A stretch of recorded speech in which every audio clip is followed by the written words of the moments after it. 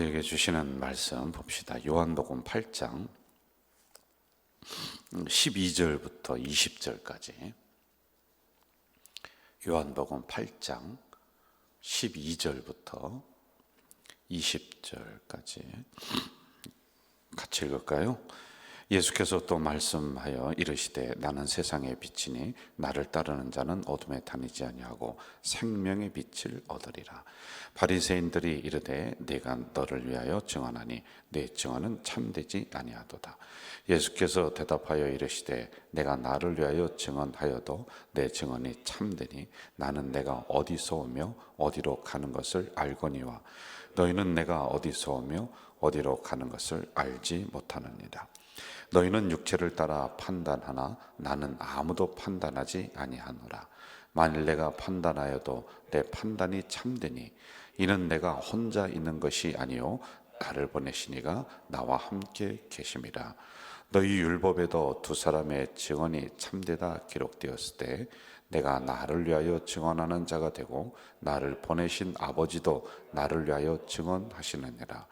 이에 그들이 묻되 내 아버지가 어디 있느냐? 예수께서 대답하시되 너희는 나를 알지 못하고 내 아버지도 알지 못하는도다. 나를 알았더라면 내 아버지도 알았으리라. 이 말씀은 성전에서 가르치실 때에 헌금함 앞에서 하셨으나 잡는 사람이 없으니 이는 그의 때가 아직 이르지 아니하였음이라. 아멘. 12절 제가 한 번 더 읽어드릴게요. 예수께서 말씀하여 이르시되 나는 세상의 빛이다. 나를 따르는 자는 어둠에 다니지 아니하고 생명의 빛을 얻으리라. 빛으로 예수님을 설명을 하는데 우리가 이제 요한복음을 새벽에 계속 묵상하는데 나는 빛이다. 나는 생명의 떡이다. 나는 생수이다. 이렇게 예수님이 이러한 몇 가지의 단어를 가지고 본인을 설명을 하고 있습니다. 자, 빛이라고 하는데 이 부분을 우리가 새벽에 좀 묵상을 좀 한번 해봅시다, 여러분. 빛과 환한 것과 어둠, 이걸 어떻게 여러분 구분합니까? 해가 지면은 어둡다, 해가 뜨면은 환한 대낮이다, 이렇게 이제 생각하잖아요. 이제 그럴 수도 있어요. 또 어떤 분들은 정확하게 아침 7시에 해가 뜨니까 7시, 저녁 6시에 해가 지니까 이게 이제 빛과 어둠의 이제 이런 구분점을 이렇게 둘 수가 있는 거죠. 이건 이제 물리적인 거고요. 우리가 이제 보통 살아가면서 이렇게 이야기를 하는 거란 말이에요. 근데 여기서 말하는 빛이다라고 하는 것은 그런 의미가 아니에요.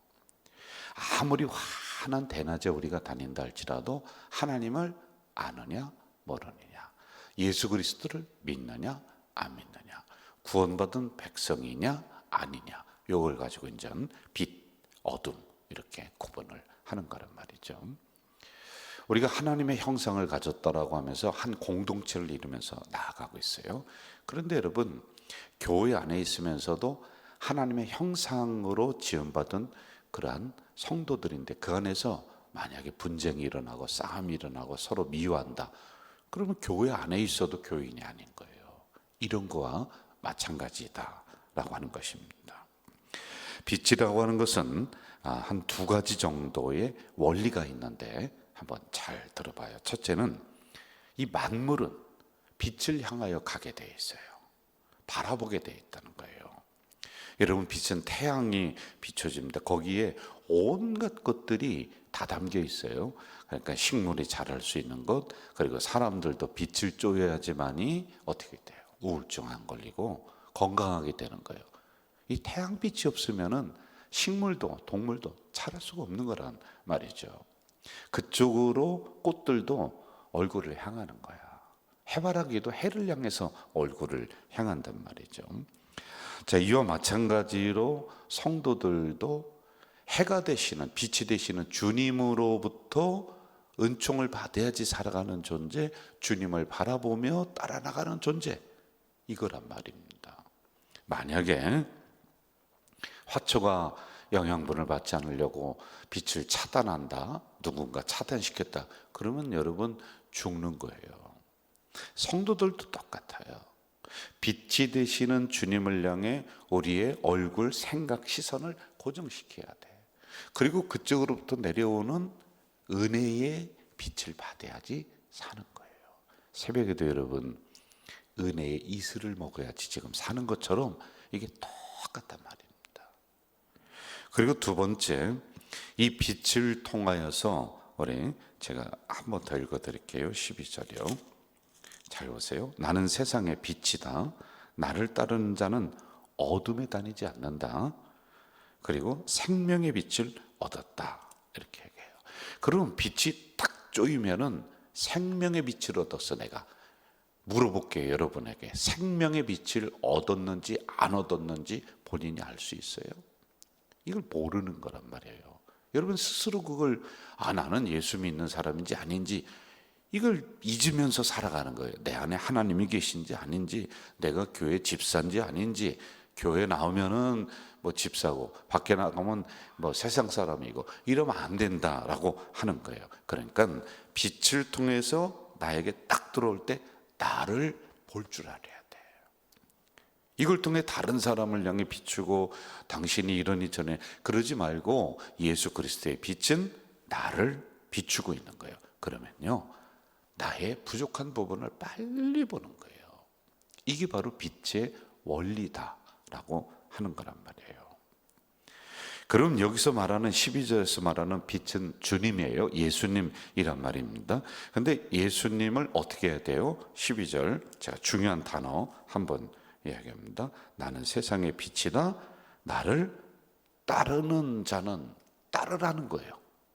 그럼 이 따른다고 하는 데는 네 가지의 뜻이 있습니다. 잘 기억하세요. 첫째, 대장을 따른다는 거예요. 대장. 이 원어적인 뜻이. 우리의 대장 되시는 예수 그리스도를 따라 나간다. 우리가 이렇게 이야기하지 않습니까? 그러면 대장을 따라 나간다라고 하는 것은 이 대장으로부터 내려오는 명령을 내가 잘 듣는다. 그럼 무엇을 통해 명령하느냐? 예수님이 꿈속에서 어느 권사야 뭐 이렇게 해요?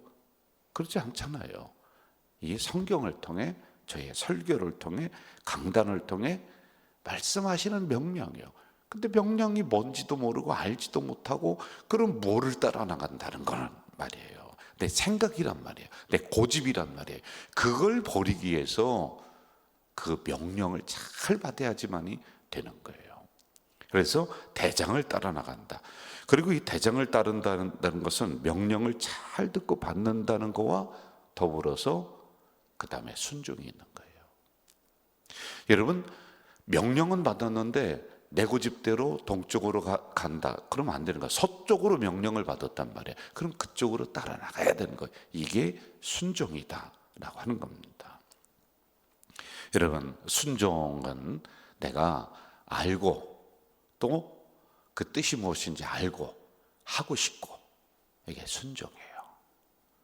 그러니까 명령하시는 음성도 잘 알아. 강대상에서 말씀하시는 것도 잘 들려. 수긍이 돼.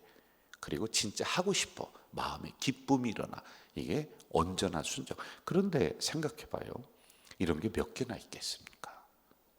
들리긴 들리는데 알긴 아는데 마음이 안 가.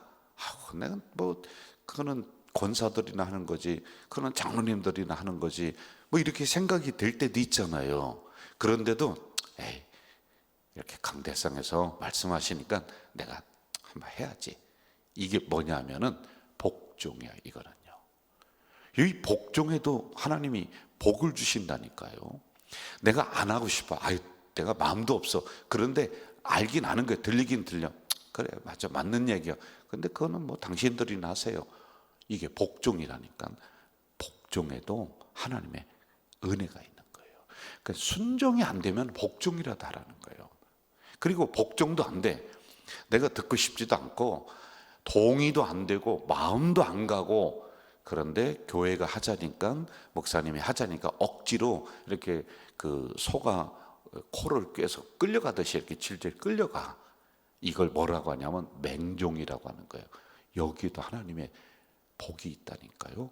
저는 이걸 어디로 연결시켰냐면은 마태복음 13장에 보면은 30배, 60배, 100배의 복이 있는데 맹종, 하고 싶지도 않고 마음도 안 가고 무슨 뜻인지도 모르고 그래도 콧뚜레에 소 끌려가듯이 끌려갔어. 거기에 30배의 복이 있는 거예요. 그리고 복종, 알긴 아는데 하고 싶지도 않아. 그래도 했어. 60배의 복이 있는 거예요. 이거 너무 기뻐요. 그리고 너무 잘 들리고 분명하게 내가 뜻을 알겠어요. 이걸 순종 100배의 복이 있는 거예요. 여러분, 내가 분명히 알지 못한다 할지라도, 마음이 안 간다 할지라도, 여러분 25일에 우리 성탄절 예배 나오세요 그러면은 억지로라도 나오는 거예요. 우리 기도회 이번에 항존지 나옵시다면은 그냥 나가기도 싫고 왜 해야 되나 아무것도 몰라. 그래도 나왔어. 거기에도 30배의 복이 있는 줄 믿습니다. 그래서 하나님의 말씀은요, 따르기만 해도 복이 있는 거예요. 아멘 좀 해주세요. 아멘. 이런 우리 공동체 되길 주 이름으로 축원합니다. 자, 또 따른다라고 하는 것은 두 번째, 종이 주인을 따른다는 겁니다. 여러분, 우리는 종입니다. 저도 하나님의 종이거든요. 그럼 우리의 주인이 누구냐는 거예요. 예수 그리스도입니다. 자, 우리가 일반적으로 이 인간들 세계에서도 옛날에는 주인이 있고 모습이 있어요. 종이 있습니다. 그러면은 종은 주인의 뜻이 오늘 무엇인지, 오늘 밭을 가르라는 건지 논을 가르라는 건지 이걸 알아야 되는 거예요. 예, 밭 가르라 그러는데 가서 나무 해온다. 그럼 혼나는 거란 말입니다. 그래서 정확하게 주인의 의도를 파악하면서 나아가는 것, 이게 바로 따른다라고 하는 의미란 말이에요. 그리고 세 번째, 지혜로운 사람의 충고를 따른다. 이렇게 원어에 나와 있어요. 따른다는 것은. 그럼 여러분, 지혜로운 사람이 누구냐는 거예요. 저는 우리 교회, 우리 모든 성도들이 참 지혜롭습니다.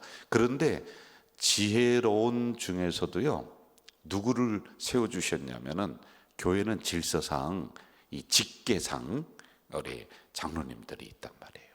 그래서 장로님들은 교회에서는 백발과 같은 거야. 백발은 성경에서 지혜라고 한 거예요. 그럼 따르는 거예요. 이걸 따른다는 겁니다. 교회가 만약에 어른들의 어떤 가르침과 지도를 받지 않는다, 그럼 집안도 엉망이 되는 것처럼 교회도 엉망이 돼 버리는 거예요.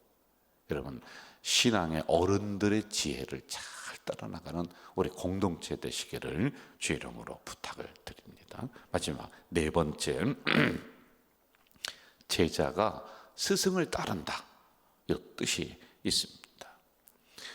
저도 제 방에 가면은 우리 선생님, 스승이 있어요. 천안중앙교회 이순 목사님, 몇 달 전에 돌아가신 지 벌써 3년인가 그렇게 됐는데, 거기에 가르침을 받은 제자들이 또 모였습니다. 그 천안 공원 묘지에 모여서 함께 예배를 드리고 이렇게 했었어요. 그런데 그분의 가르침이 저에게 있어요. 그래서 제 방에 사진을 이렇게 갖다가 놨어요. 그분 눈이 무서워.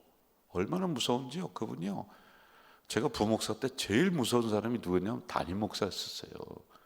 근데 그때도 무서웠는데, 지금 저도 담임 목사인데 제 방에 사진을 갖다 놨는데 사진에서 눈을 동그랗게 뜨고 지금도 나를 쳐다보고 있는 거예요.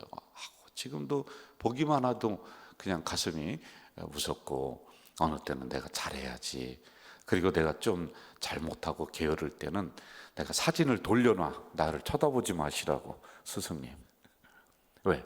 그분의 가르침이 있어서 그런 거예요. 그러니까 제가 이렇게 서 있고 또 목회를 하는 거란 말이에요. 어디 가서 식사 대접 받으려면 한 그릇 먹어라, 한 그릇 음식 먹어라, 꼭 그렇게 얘기해 주셨어요. 성도가 대접하면은 고마운 거고, 대접 안 하면 당연한 건데, 네 목사가 돼서 그지처럼 어디 가서 얻어먹으려고 하지 말고 네가 살아, 그렇게 가르쳐 주셨어요. 성도들 헌금 시장에서 정말 땀 흘려서 벌은 그 중에 드린 것이다, 소중하게 생각해라, 아껴라, 맨날 그 얘기 하셨어요. 근데 그러한 것들이 저도 모르게 이렇게 몸에 밴 거예요. 성도 한 명이 곧 하늘이다. 한 명을 위해 목숨 걸어라. 그게 저한테 있는 거예요. 그러니 그 가르침을 받고 제가 평생 동안 지금 따라가는 거예요. 힘들어요. 여러분 한번 그 가르침대로 해보려고 해보세요. 어떤 너무 힘든 거예요. 그래도 따른다. 제자가 스승을 따라 나간다 라고 하는 거예요. 그럼 우리의 스승은 누굽니까? 예수 그리스도예요. 그럼 예수 그리스도는 눈에 안 보이잖아요. 그래서 여기에 눈에 보이는 담임 목사를 세웠어요. 담임 목사인 스승인 저도 똑바로 하고 올바로 해야 되겠죠. 그럼 여러분들 누구를 따라 나가겠어요? 부흥에 오셨던 이찬수 목사님 따라가겠어요? 그럼 가세요. 부흥에 오신 어느 강사님 그쪽으로 가겠어요? 아니에요. 그분들을 통해서는 별식을 먹었어. 외식을 한번 맛있게 한 거예요. 그리고 눈에 보이는 담임 목사, 이 담임 목사를 통해 올바로 말씀이 선포될 때 따라 나가야지. 그럼 우리 공동체가 한 방향으로 쫙 나갈 수가 있는 거란 말입니다. 이런 의미를 가지고 있다는 거죠. 마무리 한번 해봐요. 15절 가봅시다.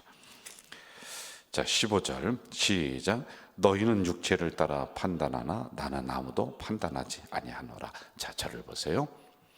이렇게 예수 그리스도를 통해서 주시는 말씀을 우리가 판단하면서 믿으며 순종하며 빛을 따라 나가는 사람이 있고, 육체를 따라 나가는 사람이 있다는 거예요. 우리 교회도 똑같아요. 이렇게 말씀해도 그래 내가 이 말씀대로 따라 나가야지 하는 사람이 있고, 또 어떤 분들은 저게 무슨 나에게 소용되는 말인가, 나는 필요 없다 라고 생각하는 분들이 있다는 것이죠. 여러분은 어느 부류에 속해 있느냐라고 하는 거예요. 저는 예수 그리스도를 분명히 따라 나가고 우리 교회에 여러 가지 정해졌던 이러한 일들, 지금 내년을 위해서 계속 당회를 하고 논의하는데, 이렇게 눈에 보이는 담임 목사 또 우리 당회에 결정되는 이런 부분들을 믿고 따라 나가는 이런 우리 성도들 되시기를 주 이름으로 축원합니다. 그래서 30배, 60배, 100배 그 중에 하나라도 받는 우리 성도들 되시길 주 이름으로 축복합니다. 사랑하시는 아버지 하나님, 이 새벽에 연약한 저희들을 또 새벽 제단에 불러주셨습니다. 날씨가 점점 추워져 가는데도 불구하고 하나님 말씀 들어야 되고 기도하며 하루 시작해야 되기 때문에 이 새벽 찬바람 공기를 가르며 나왔습니다. 하나님, 이렇게 새벽 걸음한 주의 백성들 은혜 주시고 복 주시고, 빛이 내려지어서 식물이 살듯이 은혜의 빛이 이들을 비춰 주시옵소서. 새벽에 이슬처럼 내리는 그 이슬을 머금으며 식물이 살듯이 은혜의 이슬을 내려 주시옵소서. 새벽에 만나가 내렸듯이 이들 심령 속에, 가정 속에, 기업 속에 만나를 넉넉하게 허락해 주시옵소서. 예수님의 이름으로 기도하옵나이다. 아멘. 하늘에 계신 우리 아버지, 아버지의 이름을 거룩하게 하시며 아버지의 나라가 오게 하시며 아버지의 뜻이 하늘에서와 같이 땅에서도 이루어지게 하소서. 오늘 우리에게 일용할 양식을 주시고 우리가 우리에게 잘못한 사람을 용서하여 준 것 같이 우리 죄를 용서하여 주시고 우리를 시험에 빠지지 않게 하시고 악에서 구하소서. 나라와 권능과 영광이 영원히 아버지의 것입니다. 아멘.